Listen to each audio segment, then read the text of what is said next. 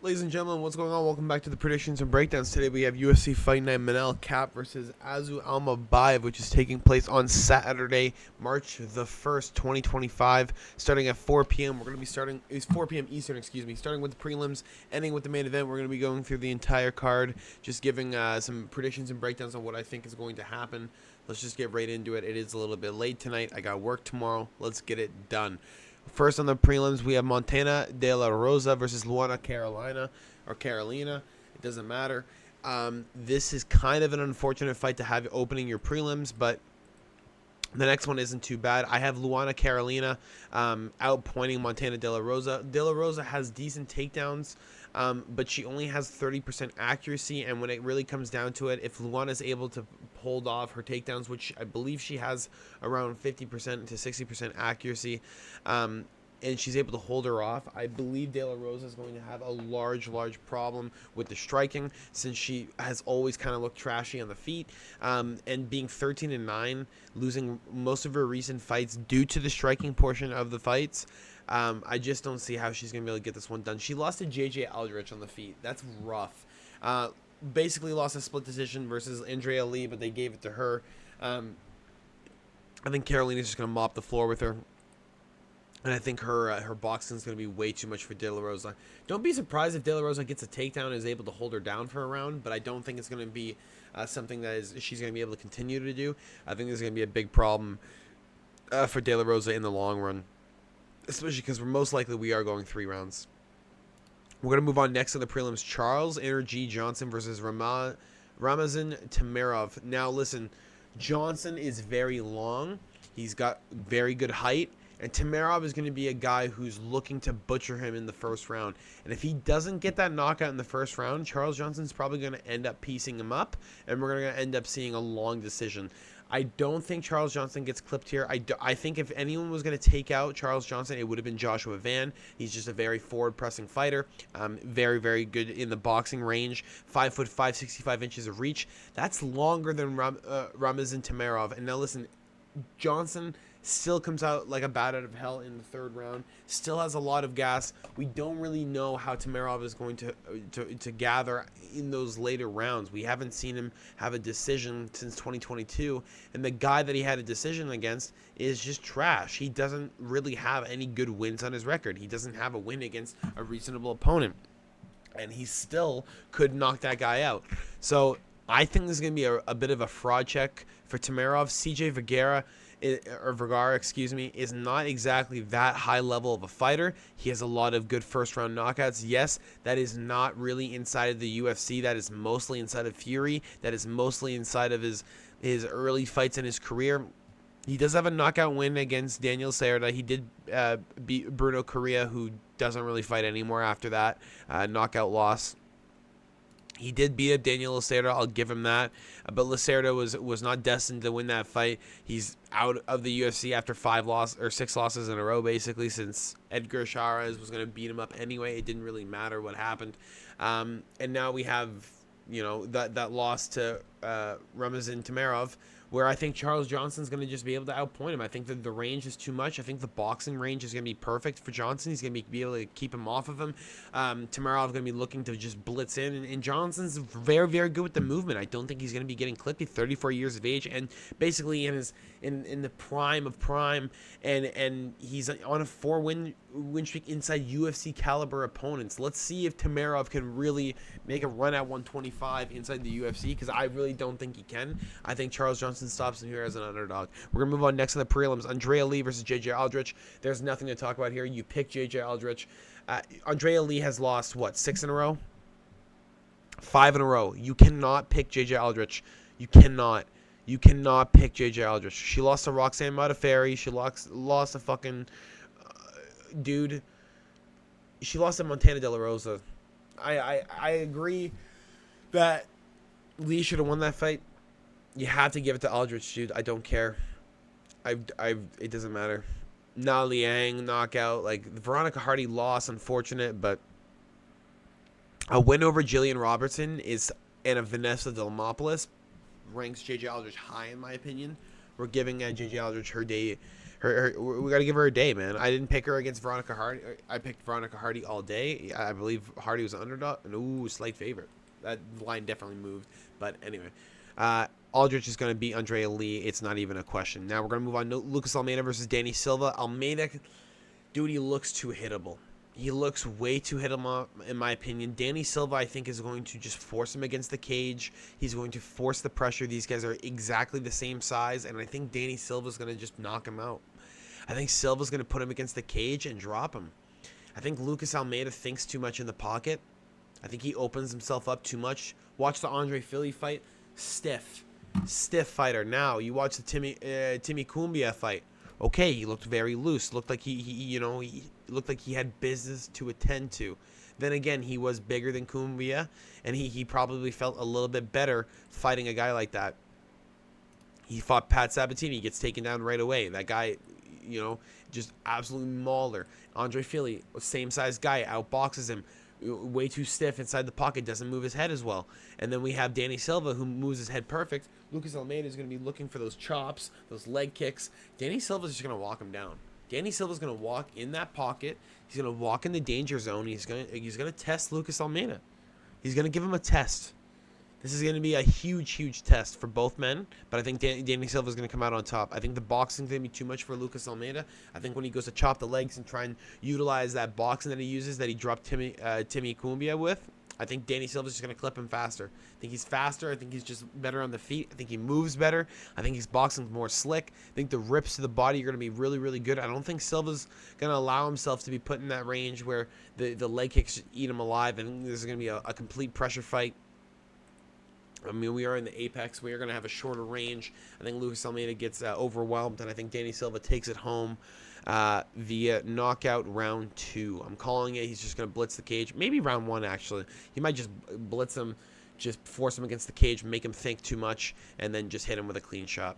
We're going to move on next in the prelims.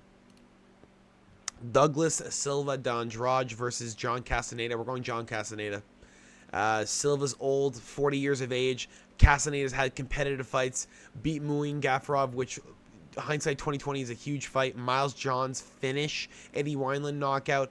Nathaniel Wood decision was a little bit rough. Daniel Marcos decision, a little bit rough. Didn't win a round. Borderline 10-8 in the third round for Daniel Marcos against Castaneda. But I think Castaneda here is outranging Silva. I think he's faster than Silva.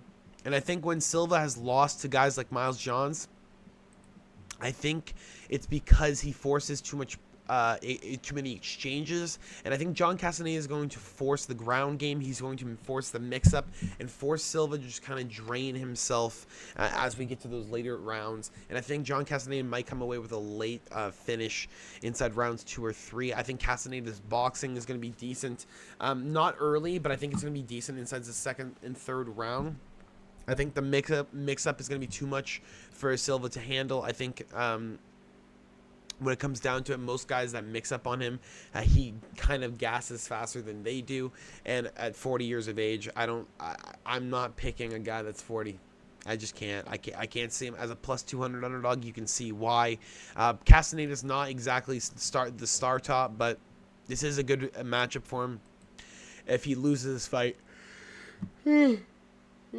Excuse me. If he loses this fight, this is going to be a terrible look for Castaneda. He needs to win this fight on his record, and I think he needs to prove himself, especially inside the apex. Force the takedowns. Force up against the cage. Let him think too much, man. You got to make these guys, especially early on. This guy's 40. His fast twitch muscle fibers fucking draining. It's not really there anymore. The power's still there, but Castaneda can just force the pressure early if he really wants to. Force him on the ground. If you get a takedown, leave him there. Leave him there for a round. The power drains away. You'll see it drain very quickly. Hopefully Castaneda goes along with the game plan, forces the wrestling, and just kind of forces the pressure on D'Andrade. We're going to move on next in the prelims. Ricardo Ramos versus Shepe Marcial. We're going Shepe. Now, Ricardo did have a good knockout against Danny Chavez. Chavez was a huge underdog, but he had a really nasty spinning back elbow. Kind of a shot that anyone can get hit with. Really good. Bill Algeo win. Now, this is just further implying that Bill Algeo is a fucking shit fighter. I don't even know how the fuck anyone even ever liked this guy at all. The Jordanson Brito win is so weird, bro. This also makes me think Brito's a fucking fraud. This makes me think Pat Sabatini's gonna maul him. I don't know. That's just me, though. Anyway, sorry. I gotta talk about this card instead. Shepe, I think, is gonna overwhelm him. He's just too much, man. This guy's too fucking much. He's on a fucking sprawl right now. 7-win streak. Leaves the LFA, goes to fucking Cage Warriors, beats that. Combat Global, beats that. Goes back to LFA, beats the shit out of Faria, excuse me. Comes to the UFC, beats up Trevor Peek in a decision win where he just kind of like... Trevor Peek just sucks, really. If he doesn't get you in the first round, he has nothing for you. If he gets taken down, he has nothing for you. He's just not good. He's just not good at all. Then he gets Jack Jenkins. Jack Jenkins basically snaps his arm up in round 2 after fighting decently. Gets a good win against Morgan Charrier, where I thought he went clear.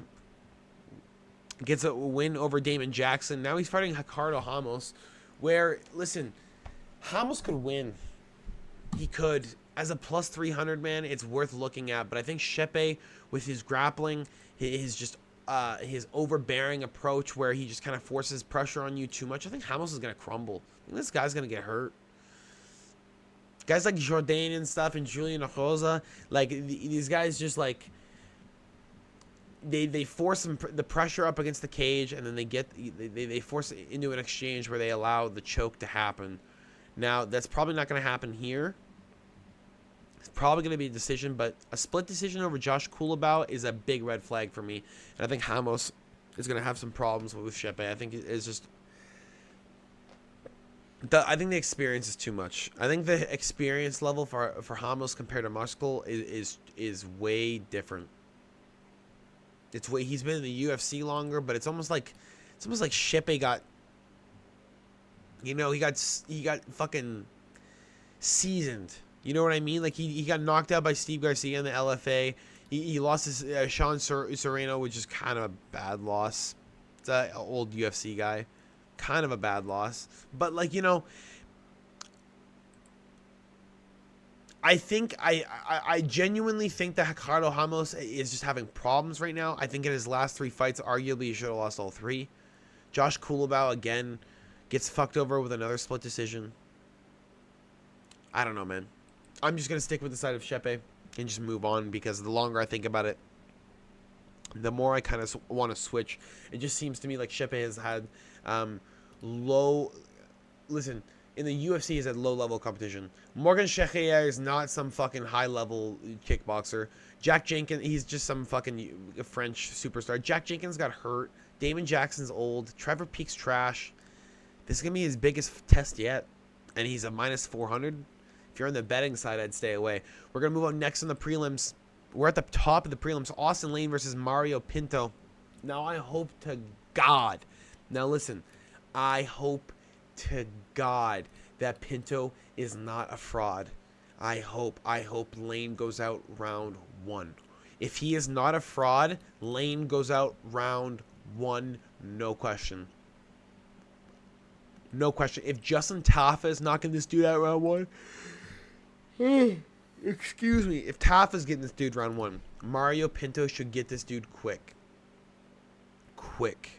He should just mop the floor with this guy.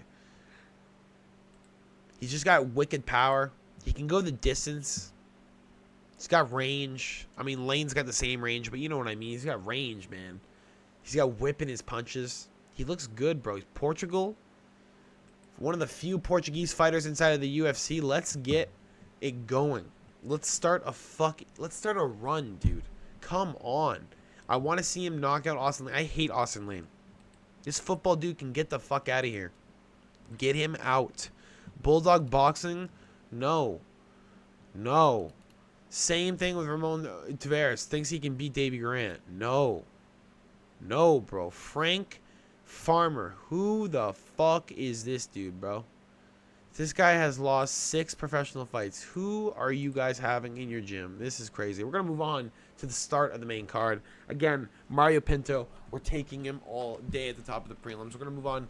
Danny Barlow, left hand to God versus Sam the Future Patterson. I'm on the fence with this one. I think Sam Patterson's probably going to win.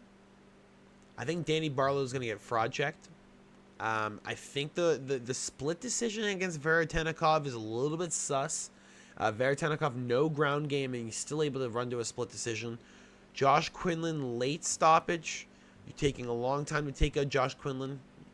Okay, I guess. Wow, he got choked out inside the fucking Fury, too. That's just unfortunate. Quinlan's just done, bro. Takes out Raheem Forrest. Good win. Raheem shit. Anyway, is that today or something? Why does it say awaiting February 15th? I'm gonna look this up after. I want to see if he won or not. Raheem Forrest, kind of trash, gets knocked out. Okay, cool. Now you have Sam Patterson. Sam Patterson did get knocked out by Manel Kape. Did get knocked out early in his career by Hardeep Rai. But now we watched the Kiefer Crosby submission, which is where he just like got right down to business. Johan Lainez, where he, again, another power puncher that he just chokes up. He just gets him super fucking quick. This seems like a bit of a problem for Danny Barlow. Danny Barlow seems like the type of guy that can only really stand with you, and if you don't stand with him, he might fucking fall apart. Under 1.5 rounds probably seems like your best bet. If you think that Danny can last 3 rounds, then you pick Danny Barlow. I don't think Danny can last 3 rounds with Sam Patterson. I think if Sam survives the first round, I think he has fucking problems, dude. I think Sam's grappling pressure is a lot. Sam has 1 decision win, no losses. He's going to be looking to finish Barlow. He might submit Barlow. I'm going to be looking at that for sure. I'm definitely going to be dropping a little bit of money on that. Sam Patterson's a problem, dude. And I think people need to recognize that. I don't think people give him his due. I think that, Ashmu's knockout where he just gets clipped, I think a lot of people have that in their head. I think they need to get it out. I think Sam Patterson's better than a lot of people think he is. I think he's going to prove it this weekend. We're going to move on next on the main card. William Gomis against Haider Emil. We're going Haider Emil. It's just the fucking power, dude. This guy has power. He's going to walk down Gomis. He probably will not just stand and trade with him. I think if he gets clipped too many times, I think Haider's going to run into the fire. And I think Gomis might get knocked out. I think a burrito split decision, good for you. Doesn't mean much to me. Yanis Gamori, good for you. Doesn't mean much to me, especially after that Peyton Talbot just absolutely mauling Francis Marshall. Is not that great. I mean, the Dennis Bajulka win, great for you, but Dennis sucks.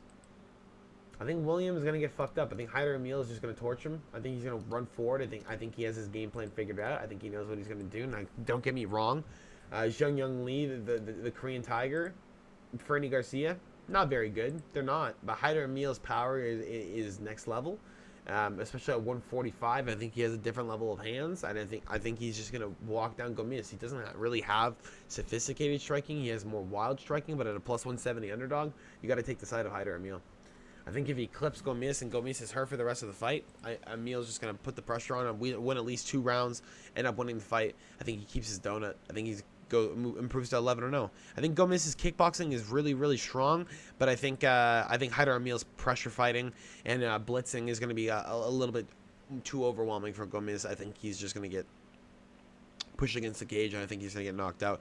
Next on the main card, Nasrat Hakparas versus Esteban Ribovic. We're going Esteban Ribovic because he doesn't really gas out, and Hakparas seems to gas out after a round of trying to fight off people. The Jared Gordon fight is huge. Jared Gordon won that fight in my opinion. Rounds 2 and 3 clear to Gordon. Hakparas was falling apart, gets clipped with 4 uppercuts in a row in the round 2 of that fight. Starts getting hurt, falls apart. Excuse me, just need a bit of water there. My mouth's a little bit dry, a little bit cold out. It's just an unfortunate split decision loss for Jared Gordon, proving The hack press has no gas tank, arguably.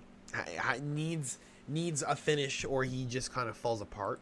It looks like his KO potential is there, but Ribovic is a guy that doesn't back down, bro.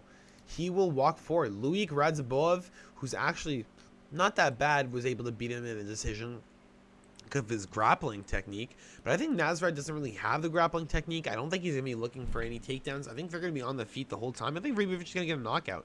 I think Hackpross is going to fall apart inside the second and third round. I think the power of Esteban Ribovic is going to be too much.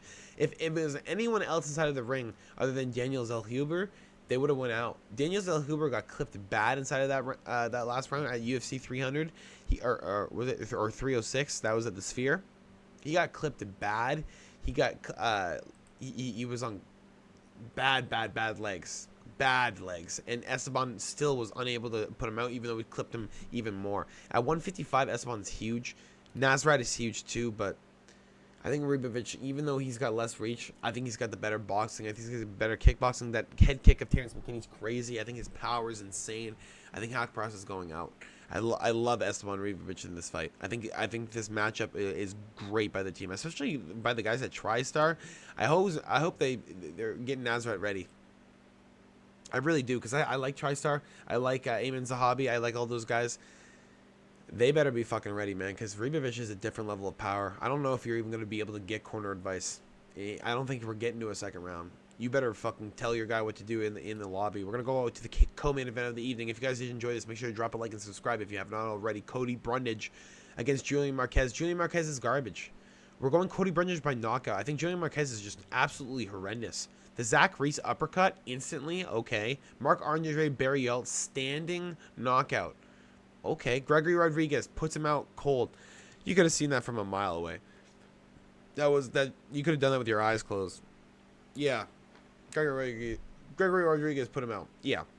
You could have guessed that. Cody Brundage, not good. Abdul put him out, but no contest because he complained about back of heads, which he only got hit by like one or two of them. I mean, it was a couple of them, but it wouldn't have changed the fight whatsoever. Bo Nickel took a little bit longer to choke him out because he is that good on the ground. He is a good wrestler. Cody Brundage is decent, and that's where the problems come in for Julian Marquez. You're not going to be able to grapple. You're not going to be able to choke him out. You better hope to God your power stands up, but it's not. Like, you're going to be going into a second and third round with Cody Brundage, most likely. Good fucking luck, dude. Trajan Gore gets knocked out. If Trajan Gore is getting torched by you, oof. Good fucking luck, buddy. I don't know. Like, man, you have problems, bro. Julian Marquez has lots of problems. I'm thinking an uppercut. I think Cody Brundage is going to hit him with an uppercut. I think Julian Marquez gets put out cold. I think Cody Brundage is bad. I think Marquez is worse. This is like one of the worst main events he could have been given. I think Nasrat and Esteban should be moved up. I think Hyder Emil could have been moved up. I think Sam Patterson, Danny Barley should be your featured prelim, arguably. I think Austin Lane, Mario Pinto should be at the bottom. Opening prelimer. Make that your opening prelim, then put Montana De La Rosa and Luana Carolina, then give you Charles Johnson. Then give you Andrea Lee, then give you Danny Silver and stuff. I don't know. They could have made this card way better. Anyway, we're going to move on to the main event of the evening. I'm going to stop complaining. It is a decent card. Listen, I love every single UFC card. There is always bangers on these cards. There's always hidden bangers. The grappling can be fun. The jiu-jitsu exchanges can be amazing. The boxing exchanges could be beautiful. The kickboxing could be magnificent. There's always something on these cards. But my God, could the order be better? Manel Kape versus Asu Almabayev for the main event of the evening. We're going Manel Kape. You can't pick Asu Almabayev. He's just shit. Who has he beaten? A washed Mateus Nicolau. Jose Johnson who's getting twisted by fucking Damon Blackshear. A guy who can choke out Ode Osborne. These are not wins that you can fucking take into effect. He's lost to Tair Ulanbekov. If you're losing to Tair Ulanbekov by knockout in the third round, you're losing to Manel Kape by knockout. Manel Kape will torch this guy. That's a promise. Manel Kape is going to knock this dude out. Flying knee. Right in the face. I don't like Asu Almabayev, dude. I think he's shit. I think he's boring. I think he's a bad fighter. I think Manel Kape is just explosive. I think he's going to jump on him. I think he's too much. Now, he did lose to Mateus Nicolau, so if you're doing MMA math, arguably you should lose this fight. But this is also a guy who has knocked out Kaya Sakura, who is one of the most, like, insane guys in Risen ever, especially with his knockout power. I think Manel Kape is going to torch Asu. The boxing is there. The takedown defense is there. It's there for Cap. It really is there. As long as he doesn't get held down like Makayev did, where it's just swamp, where it's like so overwhelming. I think he's got it. I think Asu Almabayev is gonna falter. I think he's gonna fall apart. I think Kazakhstan loses another fucking prospect, and I think Manel Kape moves on to get closer to his title shot. I mean, that's all I got for you guys today. There's not much to talk about for this fight because these guys are always the same. Flyweight's kind of boring, unfortunately. Manel Kape, the Muhammad Makayev fight bothered me. The Bruno Silva fight, he kicked him in the dick. I mean, Bruno Silva did kick him in the dick like 5 times. He kicked him in the dick once, ref didn't call it, gets knocked out for it. Meh. You know, it is what it is. Anyway, that's all I got for you guys today. Hopefully you enjoy this. Make sure to drop a like and subscribe if you haven't already. I will see you guys all tomorrow for the betting talk, and I'll see you guys all on Friday for, I think we're going to do we're going to try and see if I can get some reactions from last week's card, and we're going to try and do that on Mondays now. That's all I got for you guys today. Hopefully you all enjoy. Peace.